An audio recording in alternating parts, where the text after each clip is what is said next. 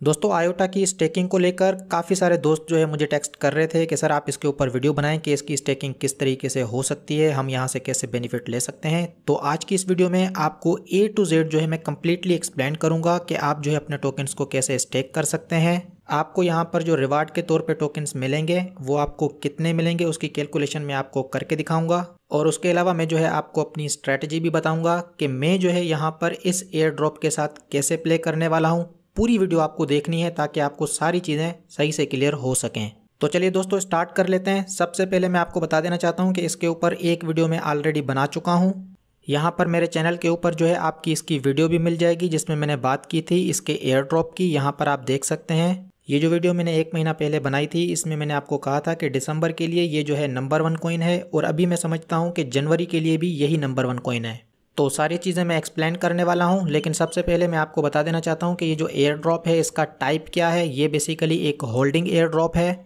बिल्कुल सेम तरीके से जैसे टेरा स्टेशन के ऊपर आप जो है लूना को होल्ड करते हैं तो आपको जो है एयर ड्रॉप में नए नए टोकन्स मिलते रहते हैं। आपके टोकन्स वहीं पर पड़े होते हैं, लेकिन जब भी कोई नया प्रोजेक्ट वहाँ पर डेवलप करता है तो वो कुछ एयर ड्रॉप करता है आपको जो है लूना होल्ड करने पे। इसी तरीके से एटम को होल्ड करने के ऊपर जो नए प्रोडक्ट हैं वो आपको टोकन्स देते हैं।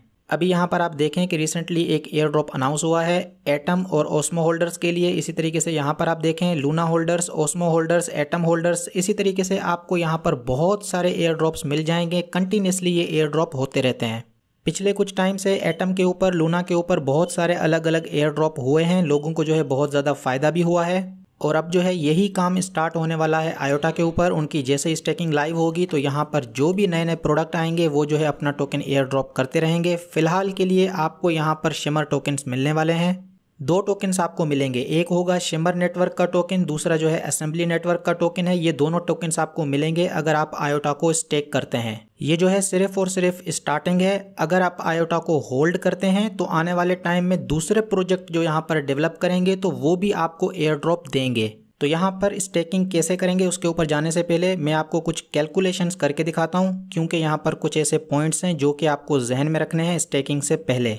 तो यहाँ पर कैलकुलेटर को मैंने ऑन कर लिया है। अब सबसे पहली चीज़ क्या है कि अगर आप एक आयोटा को स्टेक करते हैं तो आपको हर 10 सेकंड में एक SMR टोकन मिलेगा और ये जो टोकन्स हैं आपको 90 डेज़ के लिए मिलते रहेंगे। मतलब कि हर 10 सेकंड बाद आपका जो एक आयोटा आपने स्टेक किया है उसके बदले आपको एक SMR टोकन मिलता रहेगा 90 डेज़ के लिए। मतलब कि 90 डेज़ तक जो है ये स्टेकिंग चलेगी, आपको जो है रिवॉर्ड मिलता रहेगा। उसके बाद जो है आपको रिवॉर्ड नहीं मिलेगा, लेकिन जो भी टोकन्स आपको रिवॉर्ड के तौर पे दिए जाएंगे वो जो है 10 मिलियन SMR से ज़्यादा होने चाहिए, तभी जो है वो आपको ट्रांसफ़र किए जाएंगे। तो सिंपल वर्ड्स में 90 डेज़ के अंदर अंदर आपको जो है 10 मिलियन SMR से ज़्यादा टोकन को मिंट करना पड़ेगा। अगर आप 10 मिलियन से कम SMR टोकन मिंट करते हैं तो आपको ये टोकन्स नहीं मिलेंगे। अब यहाँ पर जो है इसको इजी कर लेते हैं। मैं जो है आपको एक छोटी सी कैलकुलेशन करके दिखा देता हूँ। एग्जाम्पल के तौर पे आपके पास जो है एक आयोटा है तो इस एक आयोटा के बदले हर 10 सेकंड में आपको जो है एक SMR टोकन मिलेगा। तो 1 मिनट में कितना हुआ, 6 टोकन जो है आप 1 मिनट में मिंट करेंगे। तो इसको मैं मल्टीप्लाई कर देता हूँ 6 के साथ। अगर हम बात करें कि 1 घंटे में आप कितने SMR टोकन जो है मिंट कर पाएंगे अपने एक आयोटा के साथ, तो आपको सिंपली क्या करना है कि इसको मल्टीप्लाई कर देना है 60 के साथ, क्योंकि 1 घंटे में 60 मिनट होते हैं। यहाँ पर इज इक्वल टू कर लेते हैं तो आपको पता चल जाएगा कि आप जो है 1 घंटे में कितने टोकन्स मिंट कर पाएंगे। इसी तरीके से अगर हम बात करें एक दिन की तो आपको इसको मल्टीप्लाई करना पड़ेगा 24 के साथ, क्योंकि एक दिन में 24 घंटे होते हैं। तो यहाँ पर इज इक्वल टू कर लेते हैं तो यहाँ पर आप जो है वैल्यू देख सकते हैं कि इतने टोकन्स आप मिंट कर सकते हैं एक आयोटा के साथ। तो ये जो है एक दिन की बात हो गई। अब हम बात कर लेते हैं कि एक महीने में आप कितने टोकन्स को मिंट कर पाएंगे। तो इसको मैं 30 के साथ मल्टीप्लाई कर लेता हूँ तो यहाँ पर आपको पता चल गया कि एक महीने में आप इतने टोकन्स मिंट कर पाएंगे। अब ये जो कैलकुलेशन हमने की है सिर्फ और सिर्फ एक आयोटा के साथ की है। अगर मैं बात कर लूँ कि मेरे पास जो है 100 आयोटा हैं तो मुझे क्या करना है, इस नंबर को मल्टीप्लाई करना पड़ेगा 100 के साथ। मुझे पता चल जाएगा कि अगर मेरे पास 100 आयोटा हैं तो एक महीने में कितने टोकन्स को मैं मिंट कर पाऊंगा। तो देखें दोस्तों, अगर आपके पास 100 आयोटा हैं तो आप एक महीने में तकरीबन 26 मिलियन जो है SMR टोकन मिंट कर पाएंगे। बिल्कुल सेम तरीके से अगर आपको 3 महीने का कैलकुलेशन करना है तो इसी नंबर को मैं मल्टीप्लाई कर देता हूँ 3 के साथ, तो आपको पता चल जाएगा कि आप 3 महीने में कितने टोकन्स को मिंट कर पाएंगे।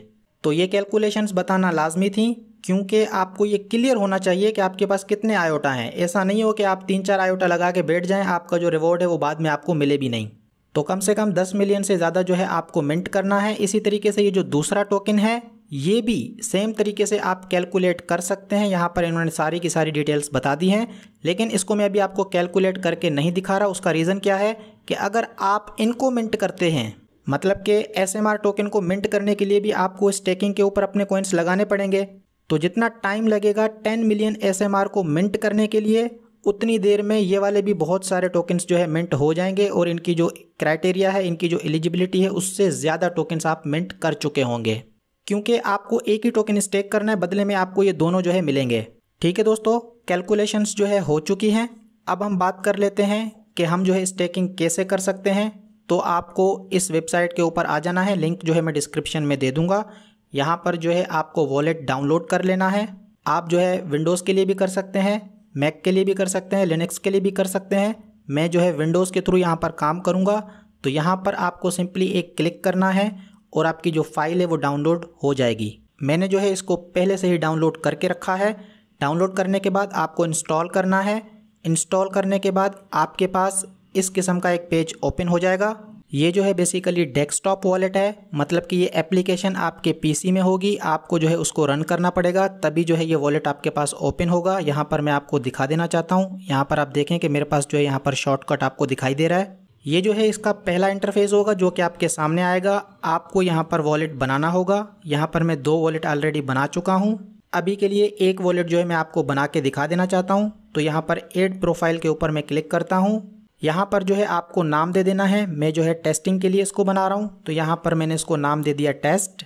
ये जो डेवलपर प्रोफाइल आपको दिखाई दे रहा है, इसके ऊपर आपको क्लिक नहीं करना।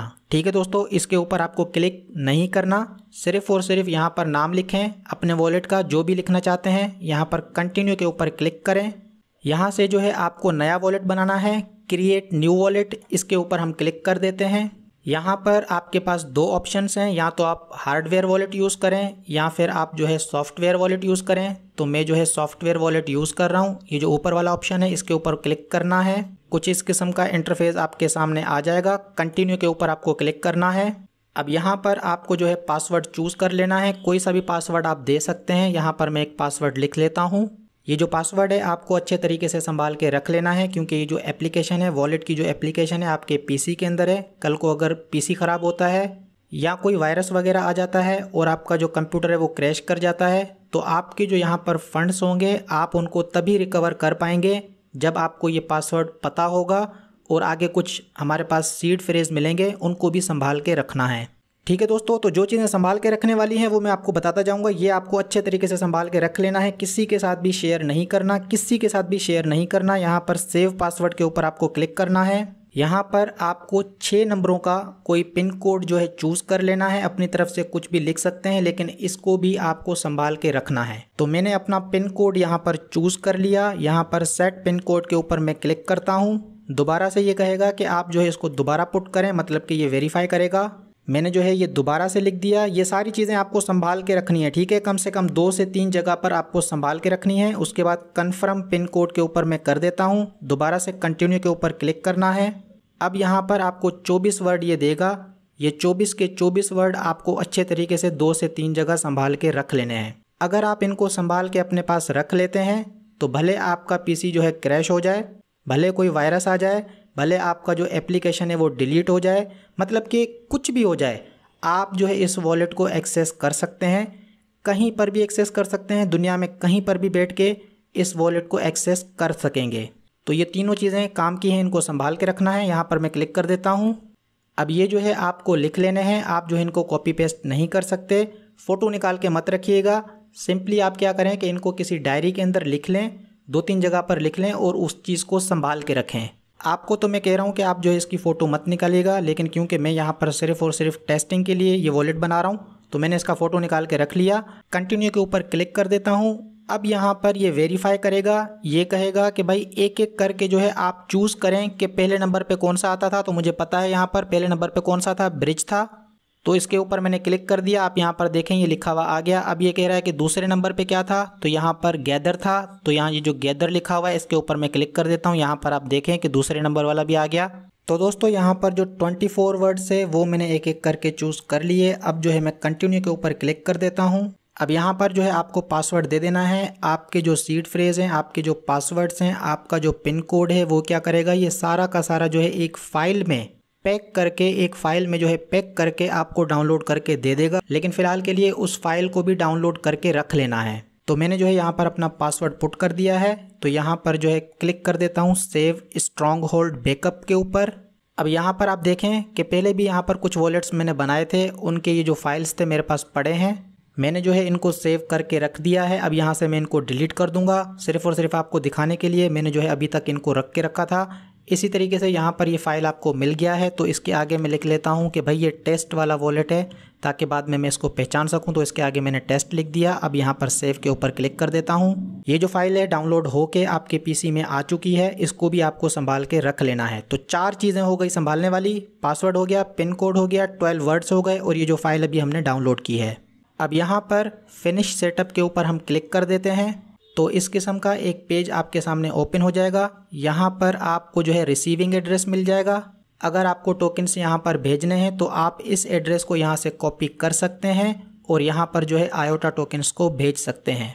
बिल्कुल सेम तरीके से यहाँ से टोकन्स को आप भेज भी सकते हैं दूसरे वॉलेट पे। तो आपको सेंड के ऊपर क्लिक करना है, यहाँ पर वो वाला जो वॉलेट है वो पुट करना है, अमाउंट लिखना है, यहाँ पर सेंड के ऊपर आपको क्लिक करना है। तो इस तरीके से आप टोकन्स को एक जगह से दूसरी जगह भेज पाएंगे। बाकी यहाँ पर आपको स्टेकिंग कैसे करनी है, तो बहुत ही सिंपल है। यहाँ पर ये जो आपको बटन दिखाई दे रहा है, अभी यहाँ पर आपको ये रेड दिखाई दे रहा है, ये कह रहा है कि भाई आपने जो है स्टेकिंग नहीं की है। तो यहाँ पर आप जैसे ही क्लिक करेंगे तो ये दोनों ऑप्शंस आपके सामने आ जाएंगे। यहाँ पर स्टेक फंड्स के ऊपर आपको क्लिक करना है। जैसे ही आप स्टेक फंड्स के ऊपर क्लिक करेंगे तो ये जो दोनों टोकन्स हैं दोनों को आपको टिक मार्क कर लेना है और उसके बाद स्टेकिंग के ऊपर लगा देना है। मतलब कि स्टेक का बटन दिखाई देगा, उसके ऊपर आपको क्लिक कर देना है। तो होगा क्या कि आपका जो आयोटा है वो स्टेकिंग पे लग जाएगा और आपको जो है ये दोनों टोकन्स मिंट होके मिलते रहेंगे। 90 डेज़ के अंदर जितने भी टोकन्स आप मिंट करेंगे वो जो है बाद में आपको रिवॉर्ड के तौर पे दिए जाएंगे। अब ये जो प्रोसेस है स्टेकिंग वाला, देखें यहाँ पर मैं बटन दबा रहा हूँ तो यहाँ पर ये जो है ट्रेड फेल हो रही है क्योंकि मेरे पास यहाँ पर फंड्स नहीं है। तो ये कह रहा है कि भाई आप स्टेक क्या करोगे, आपके पास तो कुछ है ही नहीं। तो इसलिए मैं आपको अभी यहाँ पर लाइव करके नहीं दिखा सकता, लेकिन मैं आपको बताना चाहता हूँ कि मेरी जो वीडियो है वो भी इसीलिए लेट हो गई है कि यहाँ पर बाइनेंस पे जो है विड्रॉ नहीं हो रहा। यहाँ पर मैंने कुछ टोकन्स जो है बाय करके रखे हुए थे और मैंने जो है विड्रॉ के ऊपर भी लगा दिए, लेकिन अभी 2-3 घंटे हो गए हैं ये जो है विड्रॉ नहीं हुए हैं। जैसे ये मेरे वॉलेट में विड्रॉ होंगे तो मैं इनको स्टेक के ऊपर लगा दूंगा। अभी के लिए अगर मैं यहाँ पर क्लिक करता हूँ तो यहाँ पर ये सारी डिटेल बता रहा है कि भाई तकरीबन 7 बजे आपने जो है विड्रॉ की रिक्वेस्ट दी है और अभी आप देखें तकरीबन 9:30 हो रहे हैं और यहाँ पर जो है विड्रॉ नहीं हो रहा। ये जो है पिछले काफ़ी दिनों से जो है मेरे पास विड्रॉ का ऑप्शन नहीं आ रहा, इसीलिए मैं वीडियो भी नहीं बना रहा था। लेकिन मैंने सोचा कि अभी ये विड्रॉ का ऑर्डर लग गया है तो ये आ जाएंगे, लेकिन अभी तक नहीं आए। तो तरीका आपको कम्प्लीटली समझ में आ गया है। आपको जो है इन दोनों को टिक मार्क करना पड़ेगा और जो है स्टेकिंग के ऊपर लगा देना है। तो दोस्तों स्टेकिंग कैसे होगी वो तो आप समझ गए हैं। अब हम बात कर लेते हैं मेरी स्ट्रेटजी क्या है।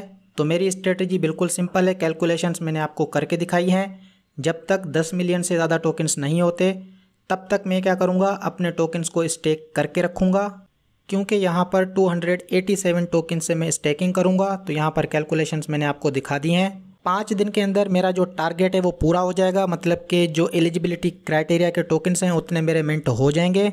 उसके बाद का आगे मुझे नहीं पता, देखूँगा चार्ट के हिसाब से।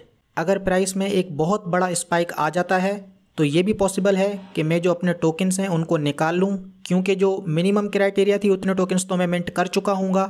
तो मैं ये भी कर सकता हूँ कि अपने जो आयोटा है बाद में उनको निकाल लूँ और उनको सेल करूँ या उनसे जो है ट्रेडिंग करूँ। तो बेसिकली ये सब कुछ डिपेंड करेगा इसकी प्राइस के ऊपर, इसके चार्ट के ऊपर। अगर चार्ट वीक होता दिखाई देगा तो भी मैं निकल जाऊँगा। अगर मुझे जो है बहुत बड़ी पैराबोलिक मूव दिख जाती है, बहुत ऊपर चला जाता है, तो भी हो सकता है कि मैं थोड़ा सा सेल कर दूं। ये सारी चीज़ें जो है वक्त के साथ पता चलती जाएंगी। लेकिन फ़िलहाल के लिए मैं जो है इनको स्टेकिंग के ऊपर लगा दूंगा, क्योंकि ये स्टेकिंग 3 महीने तक चलेगी और आगे भी दूसरे प्रोडक्ट आते रहेंगे जो कि एयर ड्रॉप करेंगे। तो अगर मार्केट कंडीशन सही रहती हैं, BTC जो है ज़्यादा वीक नहीं होता, हम बेयर मार्केट में नहीं जाते और साथ ही साथ जो आयोटा की मूवमेंट है वो भी स्टेबल तरीके से चलती रहे, बहुत ज़्यादा जो है पैराबोलिक ना चला जाए, तो ये भी हो सकता है कि मैं उसको काफ़ी ज़्यादा टाइम तक जो है होल्ड करूँ, काफ़ी ज़्यादा टाइम तक जो है मैं इसको स्टेक के ऊपर लगा के रखूँ। तो मतलब कि फॉर श्योरिटी अभी के लिए मैं कुछ नहीं कह सकता, जैसे जैसे टाइम गुजरता जाएगा तो हो सकता है कि मैं आपको अपडेट करता रहूँ। अभी के लिए अगर आप इसका चार्ट देखना चाहेंगे तो आपको पता है कि आज जो मार्केट है वो बहुत ही ज़्यादा डाउन है, मतलब कि अच्छा खासा एक डंप आया है BTC में। मार्केट का जो सेंटिमेंट है वो भी थोड़ा डाउन है, लेकिन ये जो आयोटा है ये जो है ऊपर जा रहा है, क्योंकि अभी इसकी स्टेकिंग लाइव हुई है। ज़्यादातर लोग जो है इसको स्टेक करेंगे और जो स्टेक नहीं भी करे तो वो बेचेंगे भी सही, तो ऐसे बहुत सारे उनको मिल जाएंगे जो कि इसको बाय करके स्टेकिंग के ऊपर लगाना चाहेंगे। ठीक है दोस्तों, तो ये मेरी आज की वीडियो थी। उम्मीद है ये वीडियो आपको पसंद आई होगी। अगर वीडियो पसंद आई है तो काइंडली इसको लाइक करें, अपने दोस्तों के साथ शेयर करें और इस यूट्यूब चैनल को सब्सक्राइब करें। आज के लिए इतना ही, फिर मुलाकात होगी एक और वीडियो में एक और नए टॉपिक के साथ।